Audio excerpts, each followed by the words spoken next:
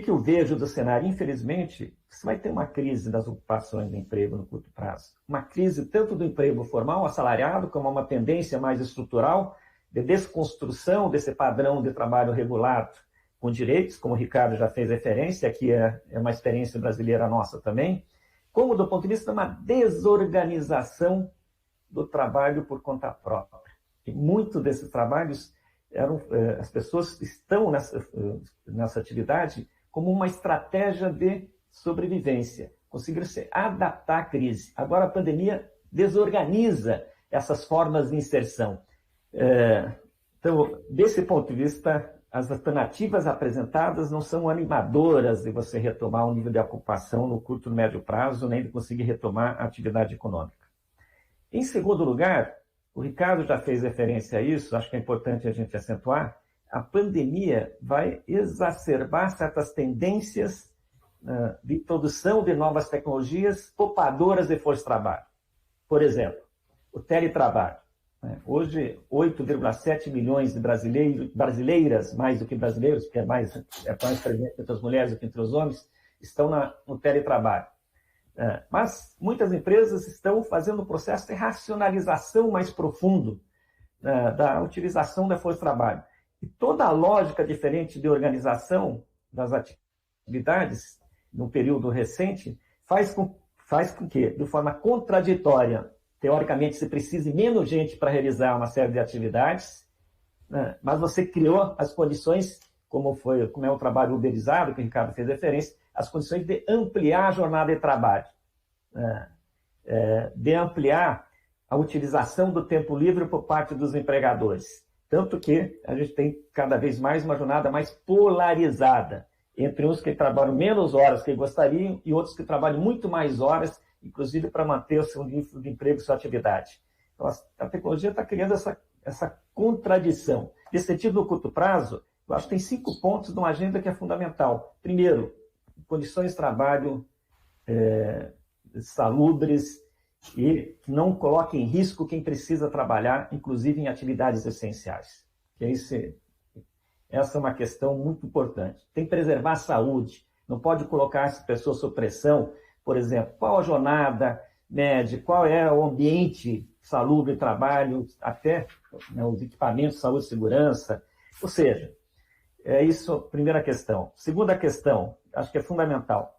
Não dá para atravessar isso de uma forma menos draconiana para o conjunto da sociedade sem ter uma garantia de renda para o conjunto das pessoas desse curto prazo. É fundamental. Claro que isso não resolve do ponto de vista mais estrutural, já vou falar em seguida isso.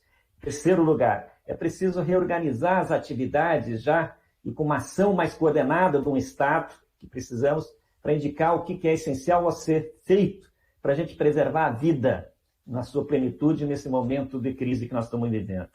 Quarto lugar, é preciso resistir a essa agenda louca que o governo federal está colocando, como, por exemplo, isso que falei do contrato por hora trabalhada, o pagamento por hora trabalhada. Tá? Em quinto lugar, é preciso também a gente ter sensibilidade de que não vai ter transformação social se não tiver movimentos organizados dentro da sociedade. Então, estimular, fortalecer as perspectivas e reconhecer a importância do ponto de vista da democracia, do ponto de vista de uma sociedade menos igual, a existência de um movimento de contraposição à lógica do capital.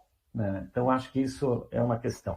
E a médio prazo, para concluir, o Ricardo, concordo com ele, que a gente tem que repensar o nosso modo de vida. Então, só do ponto de vista médio prazo, assim que a pandemia nos está ensinando que a gente é preciso, nessa questão de repensar o nosso modo de vida, aqui, tem que primeiro pensar o que produzir, o como produzir, para quem produzir. A gente tem que colocar essa discussão de novo do ponto de vista da sociedade, porque é isso que vai definir que tipo de ocupações que vão sendo geradas na sociedade. Eu quero lembrar uma coisa só. Depois da segunda Revolução Industrial, é verdade que se incorporou os trabalhadores àquele padrão de consumo, mas o que garantiu emprego para valer mesmo, não foi a dinâmica econômica, foi a decisão da sociedade em universalizar a educação para todo mundo, em universalizar o direito à saúde para todo mundo, estruturar o sistema de saúde, estruturar os serviços sociais. Tá? E não só o que, como produzir, no sentido de você tornar essa produção também ecologicamente sustentável, que repense nosso padrão de consumo, nós temos que pensar em redistribuir a jornada útil existente na sociedade. E redistribuir a jornada significa reduzir a jornada. Mas isso não é possível fazer num segmento, num setor. Tem que pensar isso articuladamente, numa perspectiva mais geral de reorganização da sociedade. Tá? E com essas implicações, inclusive o padrão de consumo, o padrão de desenvolvimento, que tenha sustentabilidade ambiental e que preserve a vida.